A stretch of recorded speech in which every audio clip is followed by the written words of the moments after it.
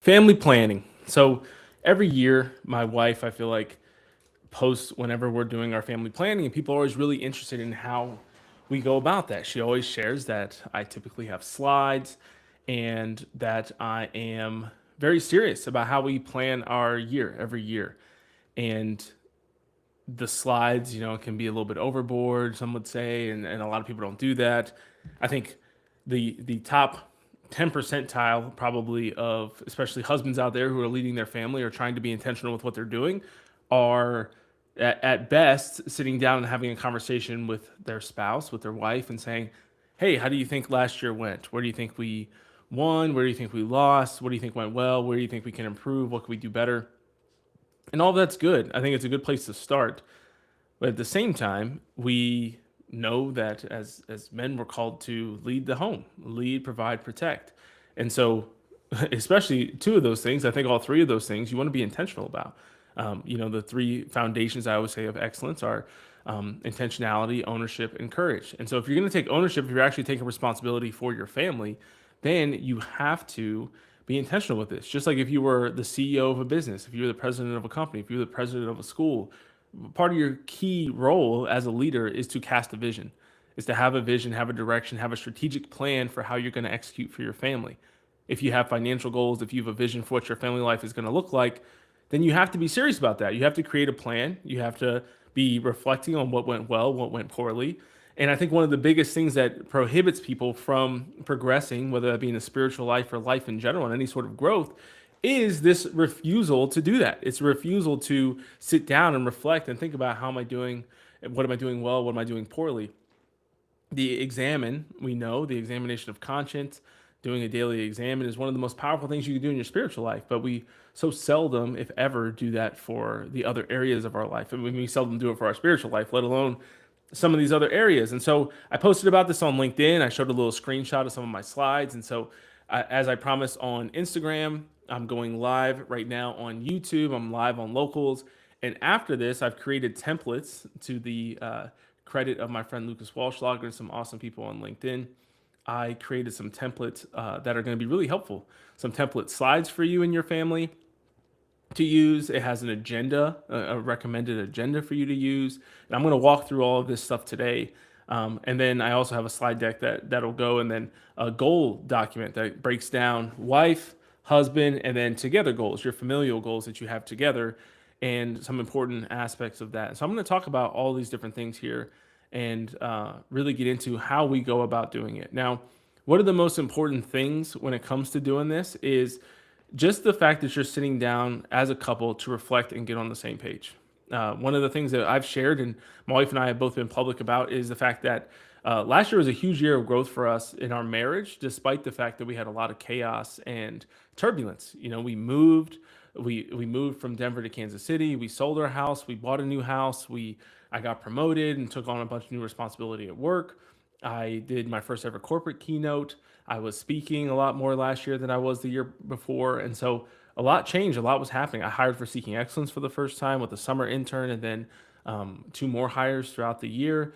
And so a lot changed, a lot evolved. There was a lot that was happening. And we basically went into 2025 with the mindset of this year's just going to be chaotic. It's going to have a lot of change. It's going to have a lot of uncertainty. And we know that that's going to happen. But we still think we can have fun. We still think we can grow. We still think we can get better. We can get holier. We can get healthier throughout this year as we're tackling these challenges that are presenting themselves to us and that we've, in some ways, chosen too with things like moving. So that was a big thing for us is just thinking about, okay, how do we want to go about this? And so we tried to strategize. And the thing that's interesting, I think, with these every year is we never have a year where we hit 100% of our goals, where we look at it and we say, hey, isn't this amazing? We crushed all of our goals. We hit every single thing that we set out to do. No, I think at best we're somewhere in like the 60 to 75% range. But what's worse than that is to not set them at all and hit zero of them. That's I think a much worse way to live. The other thing I want to tell you, because I know that if I had more time and wasn't slammed with work and other things, I would have tried to get this out in December. But I saw certain people and guys responding on LinkedIn or Instagram saying, "Oh, like I definitely want to do this next year." You don't have to wait till next year. There's still 358 days left in 2026, and so To think that you can't do this in February is silly. To think that there's some magic that it has to happen between the week of Christmas and New Year's is just a lie. It's not true. So I would encourage you, if you feel the call to do this, if you feel it's on your heart, if you are the leader of your household and you're sitting there thinking like, man, I bet my wife would love to have more financial clarity, more of a plan, more of a strategy, more of a vision for our family. You, especially to husbands out there, but I think to both spouses, encourage your, if your husband's not taking the initiative, then encourage him to do this. Come to him with these resources I'm giving you. I'm giving you the outline for the goals. I'm giving you the outline for the slides if you want to create slides. I'm giving you the outline for the conversation to have. Do this year. Don't wait until next year. It doesn't matter that it's January 7th. I didn't give up on this video because that it's a week into the new year. So you shouldn't give up on doing it. Even if only a few families do it, I'll feel like this was worthwhile to put this together and to share it. But it's such a dumb thing that we, I think, sometimes get to like, oh, I'm going to do this next year. I'm not saying that the people who said that are dumb, but I think it's a natural inclination that we have, but it's really irrational if you think about it. Like, you can do this January 30th, and it's still very worthwhile to plan your next 11 months. That's much better than wasting a whole nother year of uncertainty and lack of clarity because you felt like you were a week late to getting to your planning. So let's get into some of the details here on what family planning looks like. I'm going to walk through just the agenda that I use, that I've created. This is kind of the layout that I go through every year as a family. And so I'm going to talk through some of the steps, the way that I think about it as a husband and father, and get into the nitty gritty and some of the prompts and stuff you'll see here if you go to Locals and you download the templates and things like that. So I'm going to get into that. I'm going to log off here on Instagram if you want to join. I'm also live on YouTube and on Locals, and then I'll have the resources up live on Locals too. So if you want that, IG fam, go ahead and join us on YouTube. So YouTube and Locals, great to see you guys.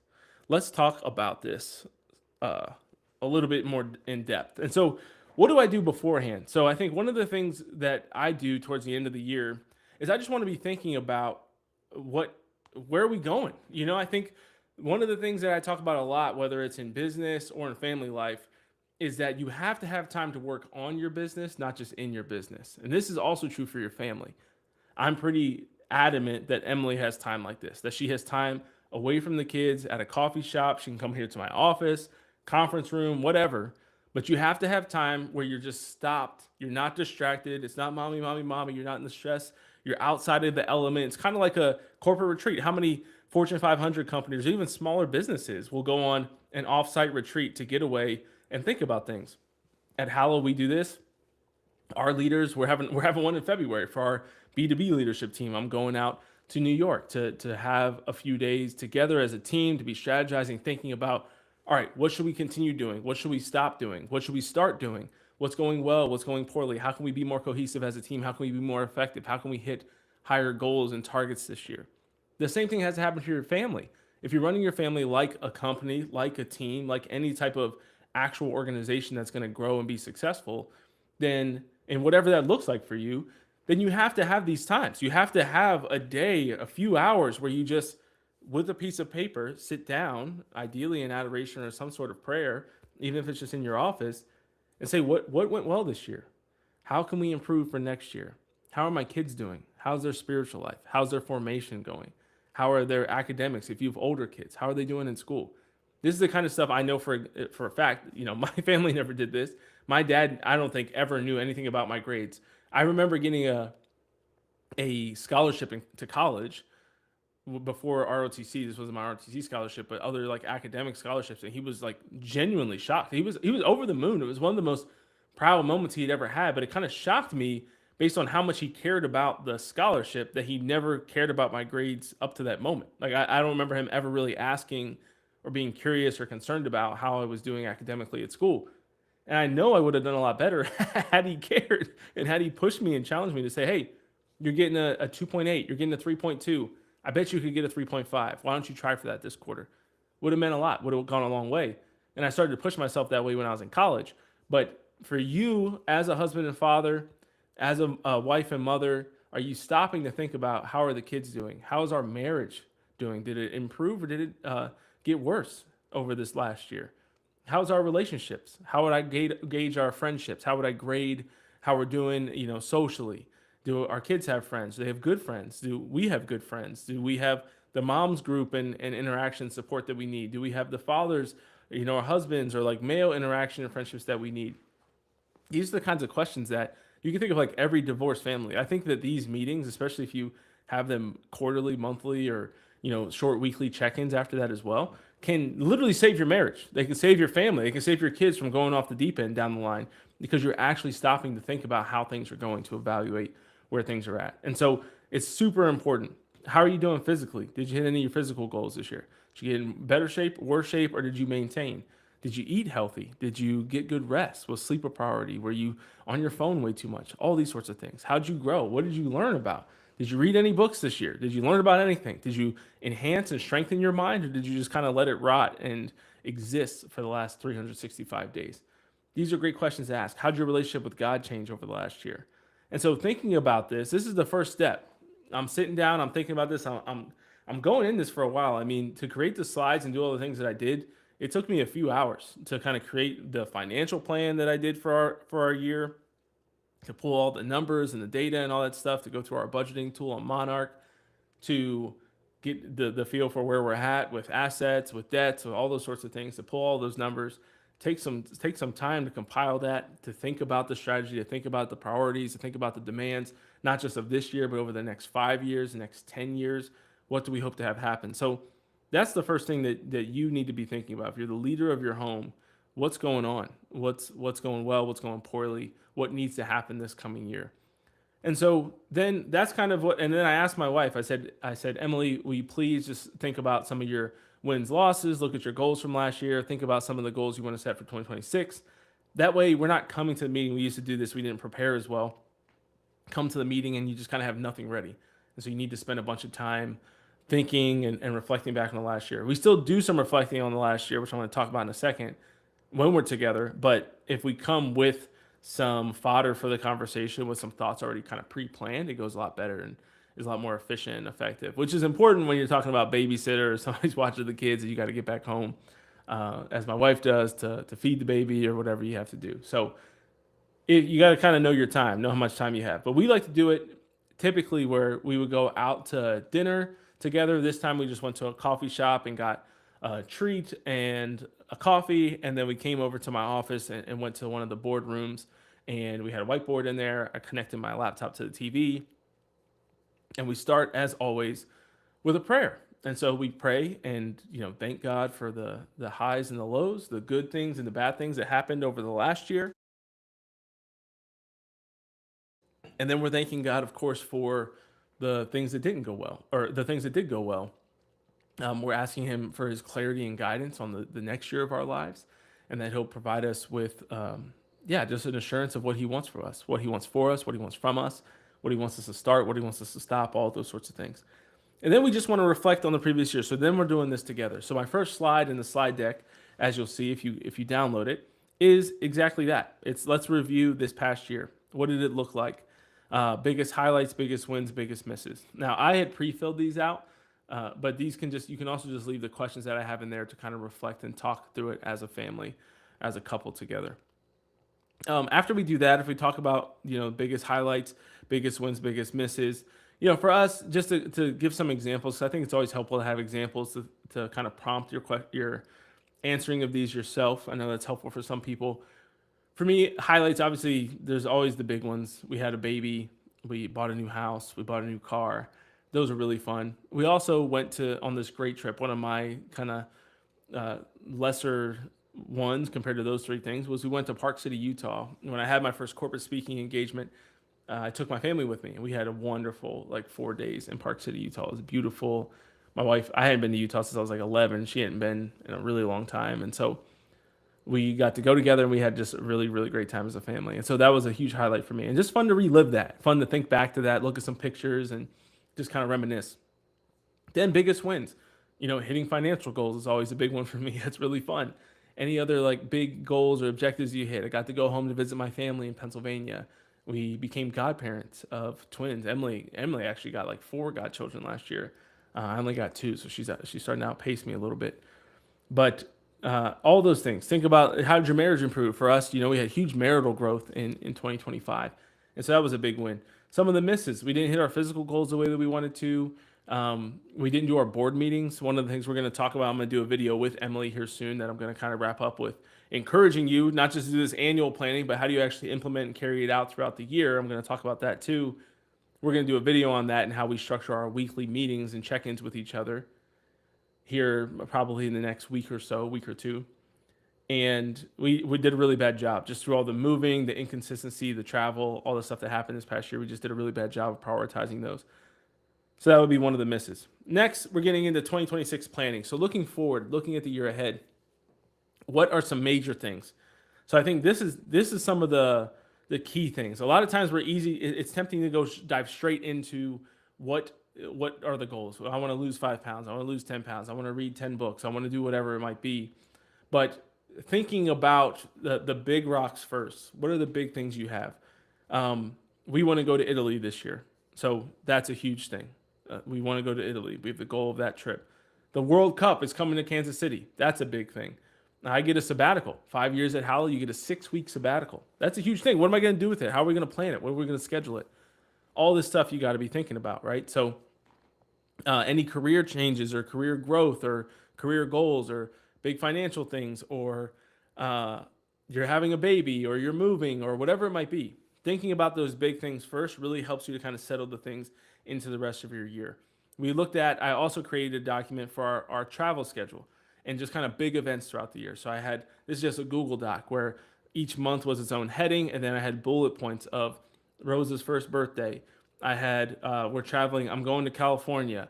We're as a family going to Chicago. I'm going to speak in Pennsylvania. I'm going to speak in Oklahoma City. I'm going to speak here. We're going as a family to this place. So whenever we have those kinds of things, I'm always looking to say, okay, let's get all of these so we can look at them just kind of at a glance. How do you kind of look at your year at a glance to get a feel for that? Then the next thing is we're moving into these family goals. And I think this is a really important point. I did this in every category of my life this year. I did it with my Hallow goal setting, with seeking excellence, my personal goals, and my family goals. And then I had to have an overarching Nathan's life version of it too. But these kind of like 3 to 5 key goals, your priority goals is what I call them.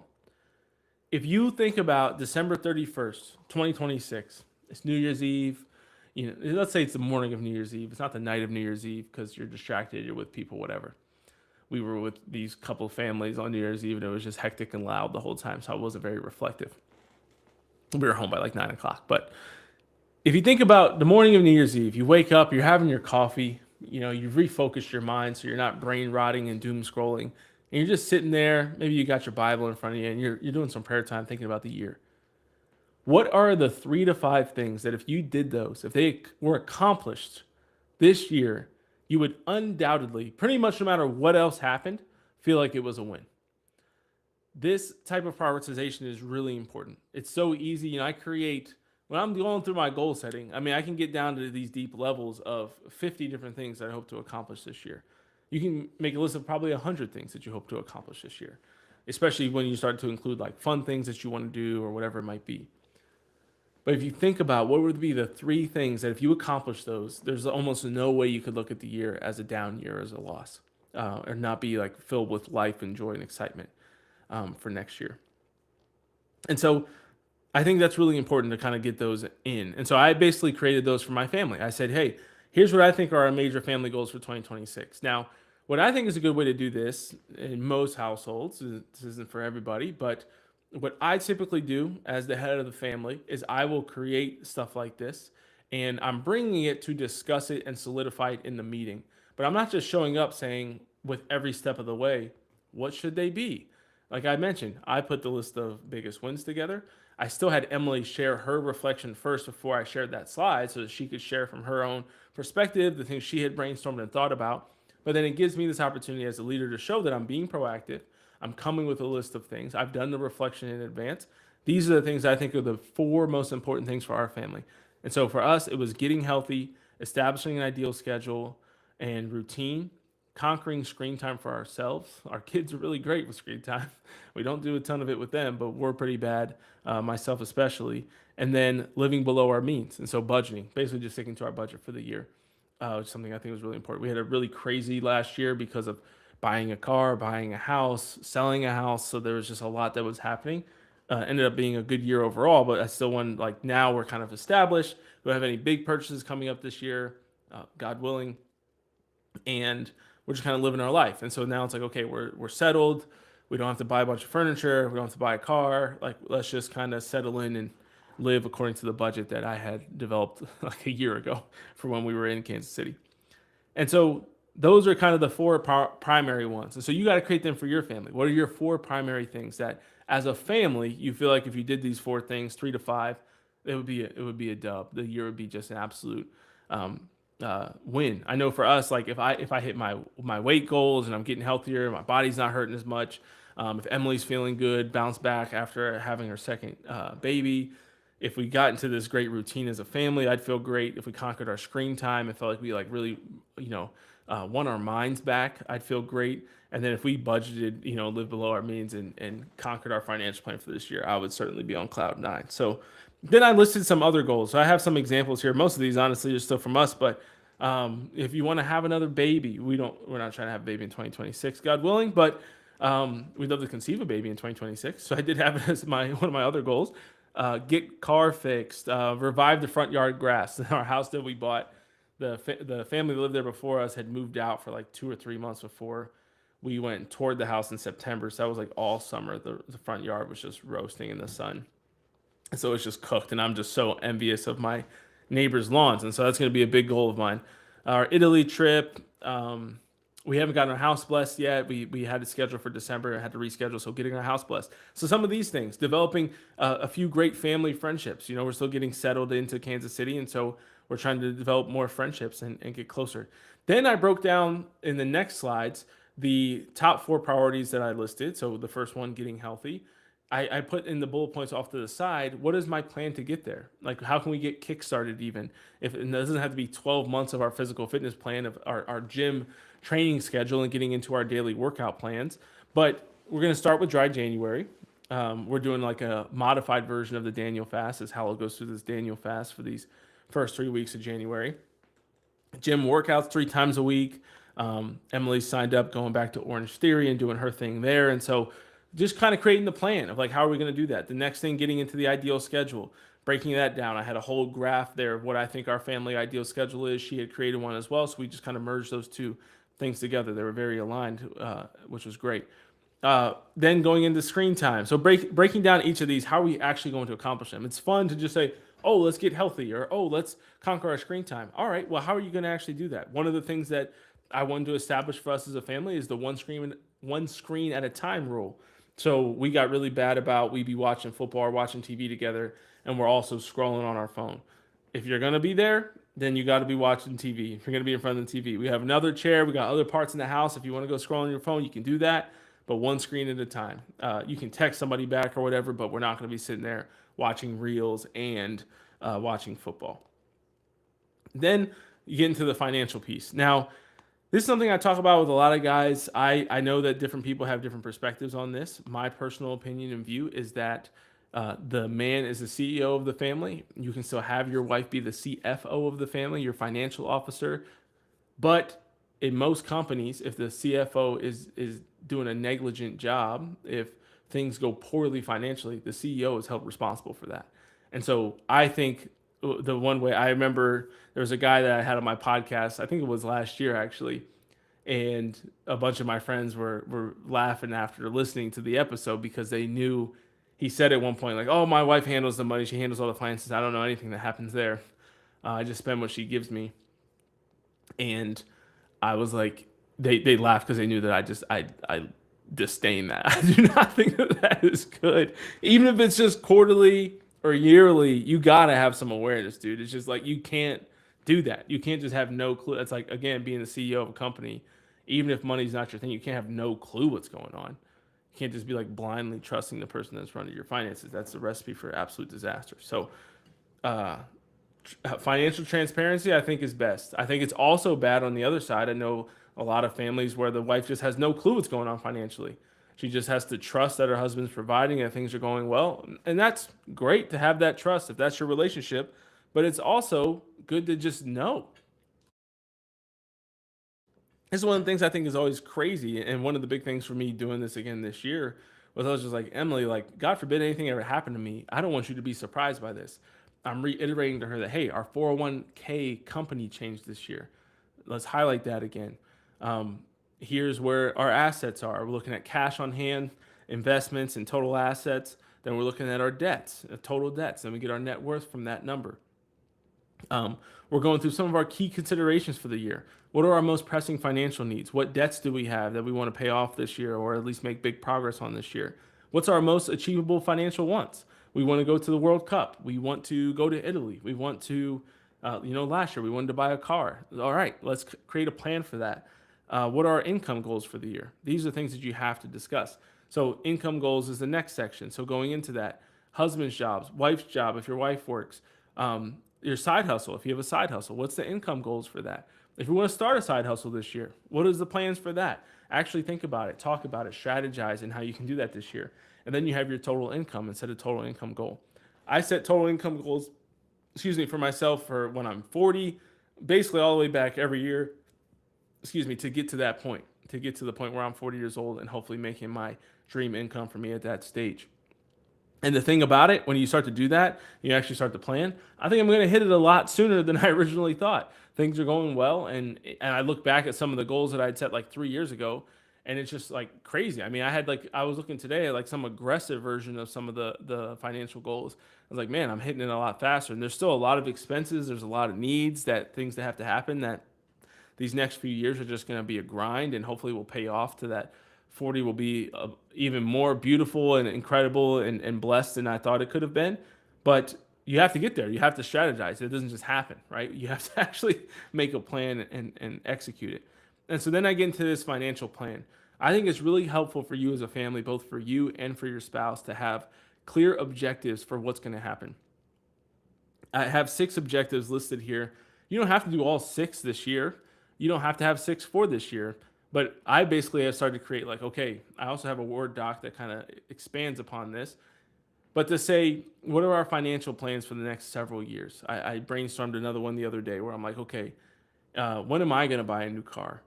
When am I going to pay off this current car loan, right? That's one of our goals for this year is to pay off the car that we bought last year. Last time I bought a car, I paid it off within a year, and I kind of like that. So I'd love to reiterate that this year if I can. But how am I going to do that? What part of my income is going to go towards that? And so you start to create this strategy and these objectives. Okay, boom, we do this. We're going to increase. If you're not investing, maybe that should be the first thing you do. If you're not tithing, we're going to increase our tithe to 5%. We're going to increase our tithe to 7%. What is your giving goal for the year? Do you even have one? Next objective, you're going to increase your 401k investing to get the match at your company. Objective 3, you're going to pay off 5K of our student loans. Once we do that, then we're going to save $3,000 for vacation. Objective 5, we're going to hit our tithing goal for the year. Objective 6, we're going to save $3,000 for our home remodel or something like that. Whatever your thing is, we're trying to save. We want to finish our basement hopefully next year. We got a couple of loans we're trying to pay off. And so we're trying to get all those things done. We're trying to invest heavily. So there's a lot of moving pieces, a lot of things to budget. If you don't tell your money where to go, you're just going to end up wondering where it went. And so it's really important that before you get it, you have a plan for it. That way, when you receive it, especially if you're getting chunk income or commissions or bonuses at the end of the quarter, end of the year, if you're getting paychecks of $5, 10, $20,000 or more, you got to have a plan for that. You're not probably, unless you're really just like scrupulous and big saver, you're probably not in a place where you can just like receive that and then just like calmly decide what you're going to do with it.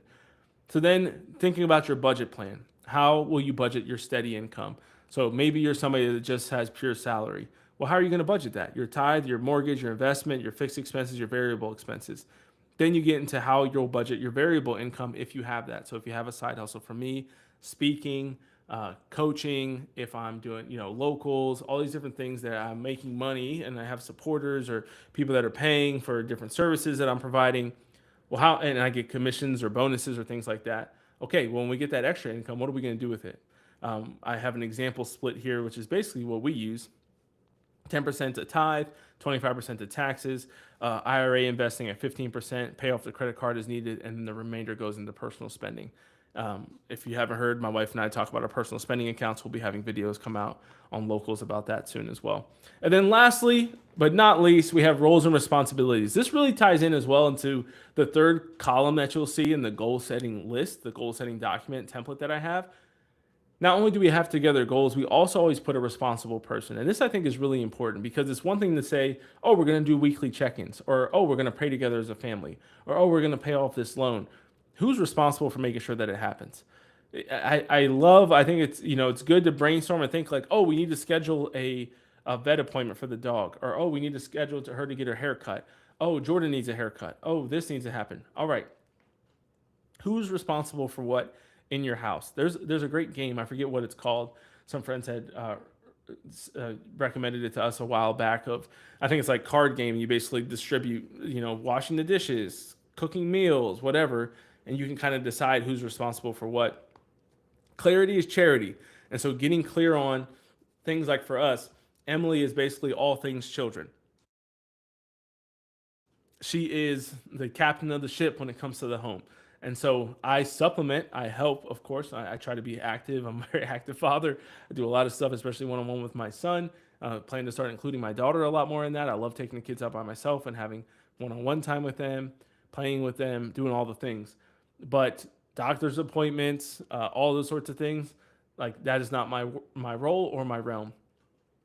I've seen some great content on this recently on social media because everybody always says like, oh, like the dad doesn't know who the kid's dentists are or whatever. Now, if you're two working parents, then you have, I think, room to stand on this and criticize the father. But if you're a stay at home, like I don't understand the stay at home moms that like will say, oh, the dad doesn't know, like I don't know. I mean, I don't know who my kid's dentist is. I know who the doctor is, or at least where it is. I've never been there, but this has only been like twice since we moved here. But thinking about it, I mean, how goofy is that when, like, does she know all the ins and outs of my career and my job responsibilities? No, she knows a good bit. She couldn't just fill in. I can tell you that.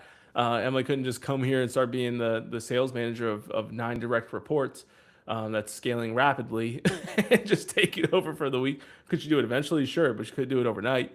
If one of us had to fill in for the other for 24 hours, I'd be a lot more prepared than she would to do that. And so that's okay. We have our different roles, we have our different responsibilities, our different outcomes, our different realms. That's what makes the whole thing work. That's why we're a team. And so I think that's a really important aspect, but it's important to have that clarity to say, okay, when it comes to work, especially for us with the side hustle, seeking excellence, like what are your responsibilities, Emily, for this year, for that?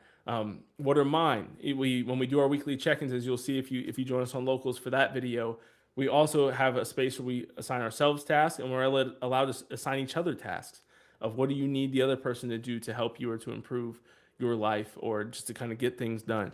It's like I'm in charge of things for the dog. I'm in charge of like car maintenance for our family. I'm in charge of the yard, all outside stuff.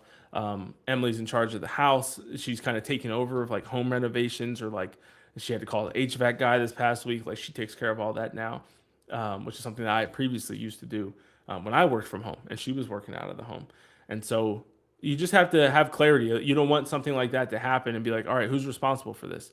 Who's responsible for that? When we were moving, creating a checklist and not just having a checklist of things that need to happen, but who's divvying it up and assigning who's doing what is really important as well. And so, again, guys, you don't have to do this on January 1st. You can do it now. You can do it in March, and your life's still going to be better. Your year's going to be better because you did it. And so, as I mentioned, just to reiterate where you can get these things, seekingexcellence.locals.com is where you'll be able to go and find these templates. I'm about to upload them as soon as I finish this live stream here, and you'll have access to those. If you have any issues, I'll include this in the thing there, but in the show notes and all of that. But Bridget at thosewhoseek.org, you can reach out to Bridget. She's my helper with all things, and so she'll be able to help you if you need PowerPoint version of it or PDF version or Word doc version or anything like that. If you're not able to access, because I'm going to share it via Google Drive. So if you need access to that, join us there. But join us on Locals for this year. Just give you a quick heads up. We're going to have a lot coming out this year. I'm planning to get back to writing. I used to blog and write articles and all those things. Like I'm going back to weekly articles, weekly live streams like this that are practical to help you to thrive. That is the whole goal I want to add. a ton of value this year. I'm getting to a pretty pinnacle point in my career where I have to really decide if I'm going to keep doing this content thing. And so my goal for this year is to get all of the most impactful things that I can get out there into the world this year, and kind of see what happens and see what I want to do after this year, and kind of keep discerning in how things go. But this year I'm going all in on locals, especially weekly articles, weekly live streams, and those videos I keep referencing with my wife on things like our board meetings, things like how we learn to fight well, things like how we learn to discipline our children, things like how we budget as a family. All that kind of stuff is going to be coming out weekly on locals. You can join for free, or you can join for and become a supporter for as little as $10 a month or $100 a year. You'll get access to all of the content, all of the resources, exercises, and things that we have there. So if you're interested in that, join us over there, become a part of the community, and make this the best year of your life.